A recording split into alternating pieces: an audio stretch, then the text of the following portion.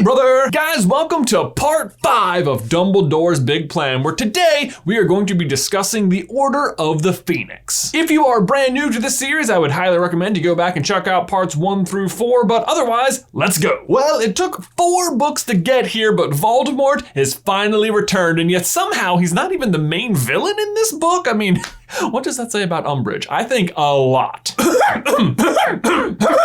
One of those would be good. Which is not to say that Voldemort doesn't still have a presence in the book, and Harry is still the one who's gonna have to finish him off, and so Dumbledore is still doing his darndest to prepare Harry for the inevitable. Unlike the last few books though, this time Dumbledore has the benefit of knowing exactly what Voldemort is up to, trying to steal the prophecy. And since not knowing the contents of the prophecy is what is presently stopping Voldemort from attacking Harry, Dumbledore's main goal is to protect the prophecy. And this goal ties into a few of his goals for Harry this year, all of which now have to be adjusted a little since Voldemort has actually returned. But what's really interesting about this book is that now that Voldemort is back, you actually get to see some of Dumbledore's past lessons be put to the test. And best of all, this is the book where he actually admits to the entire plan.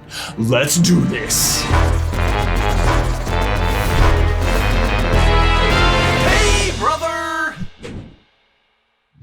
Guys, we've been having so much fun doing these live streams every week that we're gonna keep the ball rolling right through Dumbledore's big plan. Again, this Friday, 6 p.m. live on the channel, where we're gonna have some cool announcements about some new products that we might have available to you. I don't know, just saying, if you wanna be there, 6 p.m. Friday, Eastern. Oh, Dumbledore, in many ways, I think you are your own worst enemy in this book, a sentiment I think you are actually quite aware of. Do you see, Harry? Do you see the flaw in my brilliant plan now?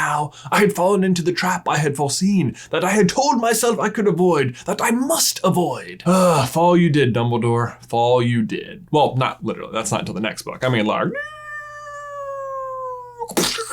oh no! Too soon? Either way, the point is, it's not that your intentions weren't good. We'll get more into that quote later, but I wanted to bring it up right at the start because I feel like it really sets the tone for all of Dumbledore's goals for Harry this year, which are, first, similar to how it was in Prisoner of Azkaban, is to keep Harry safe. Second is to demonstrate the corruption of the ministry and maybe encourage a little rebellion. And lastly is to finally tell Harry the contents of the prophecy and why Voldemort is after him. Which, let's be real, it is about time. Well, it's a good thing we saved the Philosopher's Stone, but why did Voldemort try and kill me as a baby? I know, Philosopher's Stone, right?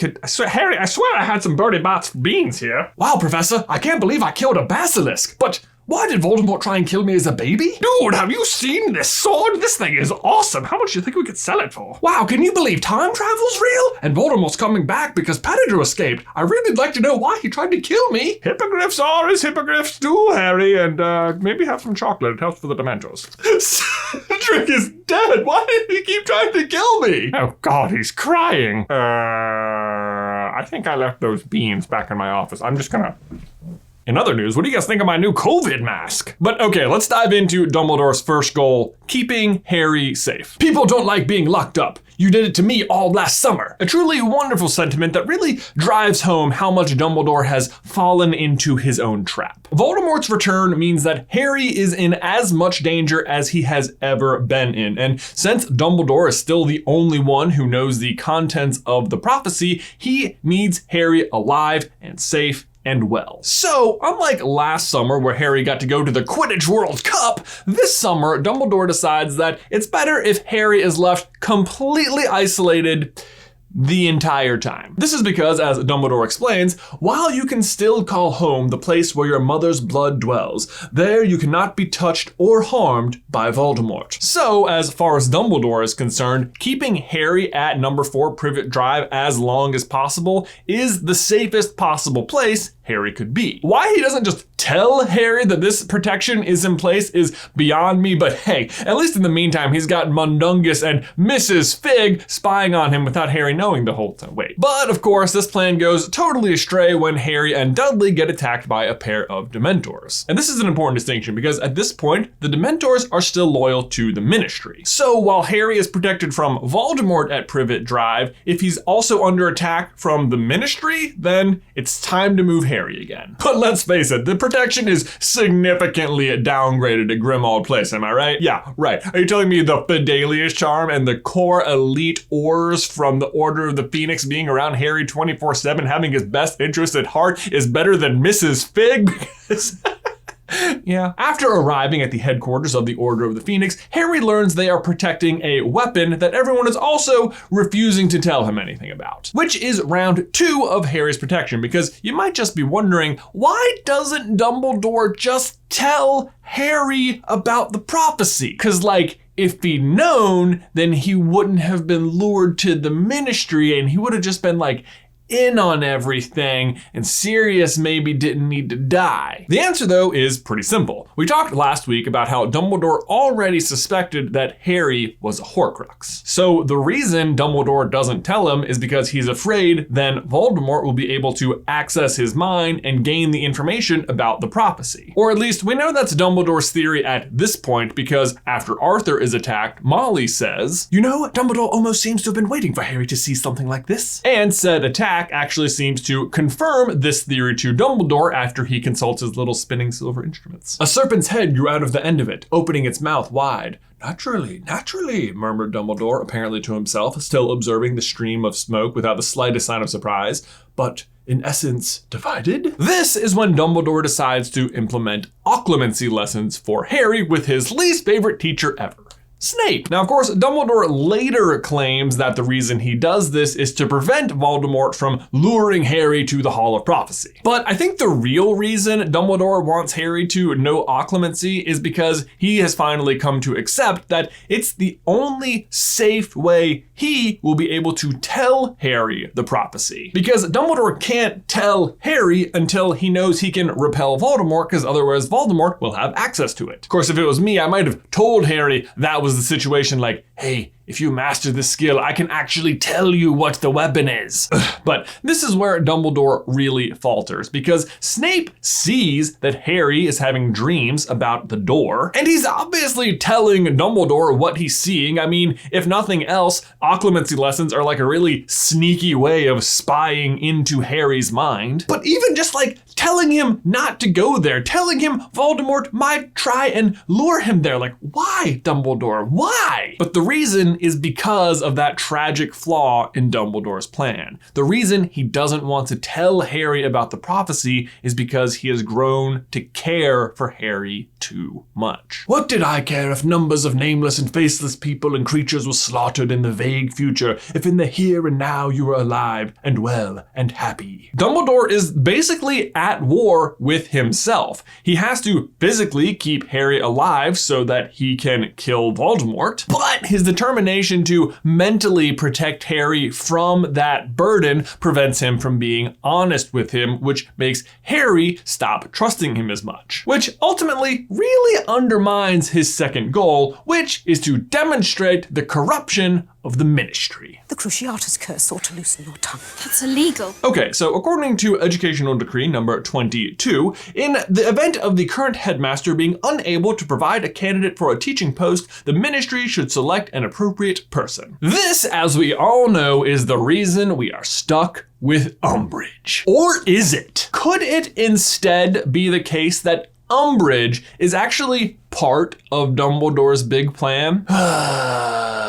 Yeah, that's the case. Maybe Dumbledore didn't specifically have Umbridge in mind, but yes, he wanted them to appoint somebody. Let me ask you this. Does it strike you as at all odd that Dumbledore, the leader of the Order of the Phoenix, a secret defense against the dark arts society, can't find a teacher for the post of defense against the dark arts? I mean, it is literally where he pulled the last two from. Lupin and Mad-Eye are both members of the Order. I mean, Granted, Moody didn't like totally work out and Lupin like could have killed somebody as a werewolf, but like whatever. But like Dumbledore knows Voldemort is back. There could not be a more important subject for his students than defense against the dark arts. And like, even if the members of the Order of the Phoenix don't want the job, like tough cookies. That's part of being in the Order. You just do what Dumbledore says. The next year, he literally has Order members stationed at Hogwarts. Why isn't one stationed as the defense against the dark arts professor this year? In fact, next year, he does do that.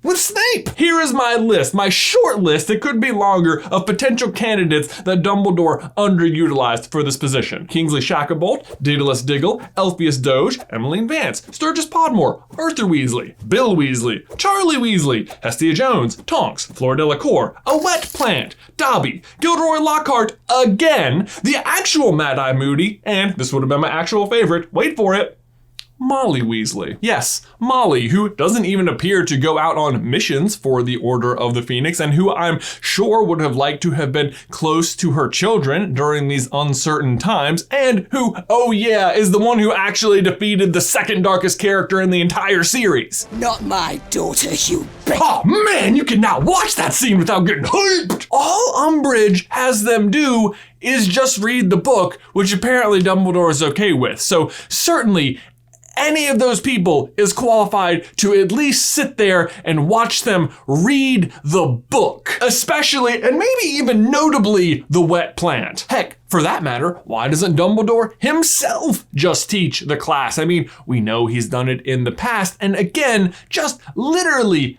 anyone would have been better than Umbridge. The reason is because Dumbledore wants Harry to understand the corruption of the Ministry and to double down on Harry's loyalty to Dumbledore. Because we all agree Umbridge is the actual worst, but at the end of the day, all she really has control over is a high school. But her control there does serve as a very good small-scale example of what it might be like if Voldemort takes over the Ministry. Umbridge comes across a thing she can't control? No problem. She just passes another law. Did those laws make things harder for her? No problem. Her and the Inquisitorial Squad are just above the law. Voldemort and the Death Eaters are the exact same way. As soon as they have control over the Ministry, they pass legislation to round up Muggleborns, they taboo Voldemort's name to spread fear, they put a bounty on Harry's name to discredit him, and they no longer have to fear retribution for the use of deadly spells. And it's important for Harry to see this firsthand because, and I know I sound a little bit like a broken record here, but Dumbledore is the only one who knows the contents of the prophecy, and that Harry has to be the one to kill Voldemort, which means he is uniquely qualified to be the only one to guide Harry without an ulterior motive. Harry has to be able to trust only Dumbledore and say no to other offers of help because no matter what, they will be self-serving, if not straight up malicious. Plus, having Umbridge there offers Harry a way to practice fighting tyranny. Because having Umbridge there teaching them absolutely nothing almost immediately encourages unity and rebellion from about 75% of the student body, which, if you recall, was the goal Dumbledore failed to accomplish last year, but something he definitely does not stand in the way of after the DA is formed. Which is also something he knows is happening the moment it is happening because unbeknownst to any of the students, the barman at the Hogshead is Dumbledore's brother,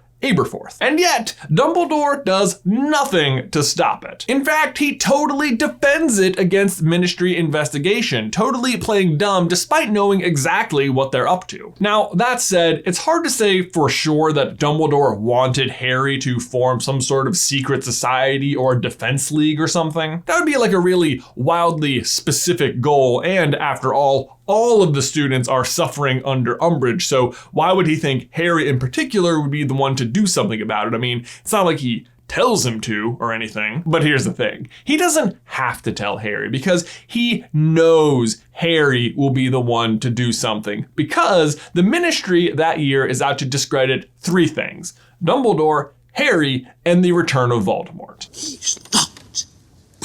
Voldemort, who at this point has failed to kill Harry in person on 4 occasions and whom Harry saw return the previous year and murder a classmate. Combine that with Harry's track record for heroics, like being the one to protect the Philosopher's Stone, to find the Chamber of Secrets, to fend off 100 Dementors, and it feels pretty obvious Dumbledore knew Harry would do something and maybe even wanted him to, and that is why he allowed Umbridge to be appointed. And the foreshadowing here is really kind of perfect. I mean, if Umbridge and the Inquisitorial Squad represent Voldemort and the Death Eaters, then Harry and the DA represent Dumbledore and the Order of the Phoenix. Which, by the way, Dumbledore might not have told Harry to form a secret defense league, but he did also have Harry stay at the headquarters of his own secret defense league that summer. So I'm just saying, I'm not saying for sure it was Inception, but like...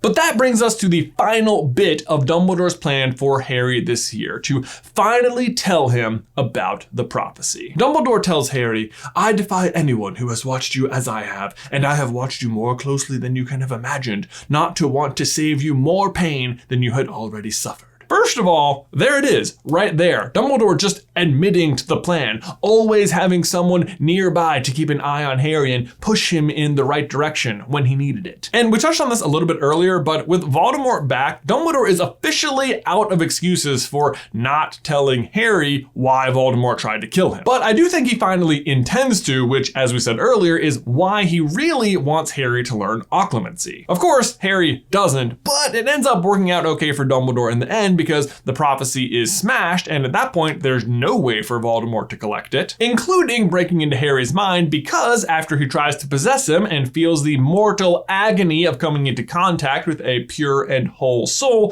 Dumbledore is confident Voldemort won't try and attack Harry's mind again. This, however, also means from Voldemort's point of view that he will never know the prophecy, so not gonna bother trying collecting it anymore. May as well revert to the original, very elegant plan, which is, screw it, kill Harry! And Dumbledore knows Voldemort has done this math, which is the thing that at long last finally forces his hand and makes him tell Harry the prophecy. On top of that, the whole world knows Voldemort is back now, so the time for preparation is over. The time to attack has begun. And you might think that with Harry knowing the prophecy, all the cards are finally on the table. Dumbledore's big plan is just over. But despite his honesty and despite Dumbledore telling Harry he was going to tell him everything, he doesn't. He still has at least 3 aces left up his sleeve. And boy, are they some big ones. But we will cover that next week. For now, that is it. That is part 5 of Dumbledore's big plan. Tune in next week for part 6 as we dive into the Half-Blood Prince. And in the meantime, if you think we missed anything or if there are things from the Half-Blood Prince we absolutely need to include, make sure you leave it in the towel section down below. Also, don't forget that this Friday at 6 p.m. Eastern, we are going to be hosting a live stream right here on this channel with some brand new products to reveal to you lovely people. We hope to see you there. Guys, thanks so much for watching today's video. Please remember to leave a like on it if you haven't already, and subscribe so you don't miss any future Harry Potter action from us. If you want to see part 6 of Dumbledore's big plan, you can check out this video right here, unless this is the first week. I think you guys know the drill by now. But until next week, Ben, I will see you in another life, brother.